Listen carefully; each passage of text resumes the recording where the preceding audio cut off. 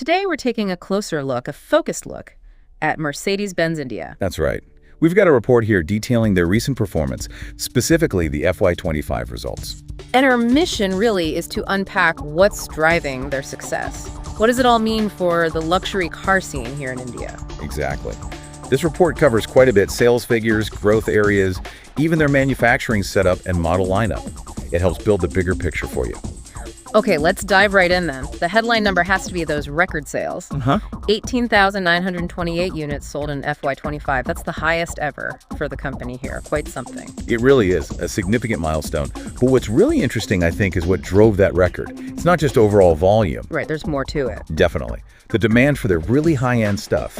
The top-end luxury models, it just surged. We're talking S-Class, the Maybach models, EQS SUV, the AMGs. Right. They saw 34% growth in that segment alone. Wow, 34%. Yeah. And get this, those models now make up over a quarter of their total sales. Over a fourth. So that tells you something about the appetite for pure luxury, doesn't it? It certainly does. And speaking of appetite, another big growth area is electric vehicles. Yeah. EVs. Ah, yes, the EV story. How are they doing there? Really strong. A 51% jump in EV sales compared to the previous year. 51%. EVs now account for, I believe, 7% of their total volume. And the EQS SUV is leading that charge. It is. That's their top-selling EV, and significantly, it's locally assembled. Locally assembled. That's interesting. Does that make a difference, you think? I'd say so. It probably helps with pricing, maybe availability, and certainly signals commitment to the market. It'd likely boost buyer confidence for you. Makes sense. But it's not just the super expensive models and the EVs carrying the weight, is it? No, absolutely not. Their core models are performing very consistently. Think C-Class, E-Class, LWB. Which is the best-selling luxury car in India, full stop. Exactly. That E-Class LWB is a huge seller. And then you have the SUVs like the GLC and GLE also doing really well. So it's a balanced performance across the board, more or less. Pretty much, yeah. He points to a well-rounded product strategy. And underpinning that is their retail approach. The go-to-customer strategy. That's the one. They're revamping their retail experience and expanding their footprint. Plans for 21 new MIR 20X outlets in 2025. 21, and that's metro areas and emerging markets. Both. So they're clearly focused on reaching more customers and, enhancing how you interact with the brand. Okay, let's talk about where these cars are actually made. The Pune plant. Right, the Chakan plant. It's a really significant asset for them. Established back in 2009, expanded later, it's spread over 100 acres. That's the largest for any luxury car maker in India, isn't it? It is, and the investment reflects that over 2,200 crore rupees poured into it. And it's not just assembly, right? India was the first market outside Germany where they started building the flagship EV, the EQS 580. That's a huge point. It really underscores the importance of the Indian operation. They assemble 14 different models locally now. 14. And the plant isn't just serving India.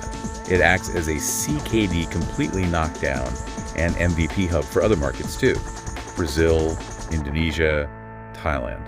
So India is becoming quite central to their regional, maybe even global manufacturing strategy? It certainly looks that way. And they're even thinking about doubling the capacity. Doubling from the current 20,000 units a year. Potentially, yes. Driven by this growing demands we've been talking about, it shows real confidence in the market's future. And we shouldn't forget the R&D presence either. MBRDI in Pune and Bengaluru. Absolutely. That's Mercedes-Benz Research and Development India. They contribute to global R&D for the entire group. So it's not just sales and manufacturing, it's innovation too. Right. So India is clearly more than just a place to sell cars for them. Much more. It's deeply integrated into their whole value chain, you could say. And just to round out the picture for you listening, the model lineup itself is incredibly broad. Oh, definitely. Sedans from the A-Class limousine up to the S-Class and Maybach. SUVs like the GLA, GLC, GLE, GLS, plus the electric EQB and EQS SUV. Then you've got coupes, convertibles, even an MPV, and of course the high-performance AMG models. It's quite the portfolio. Something for almost every niche within that luxury space. Precisely. They aim to cover a lot of ground, catering to different tastes and needs you might have. Okay, so let's try and summarize this. Mercedes-Benz India hits record sales in FY25.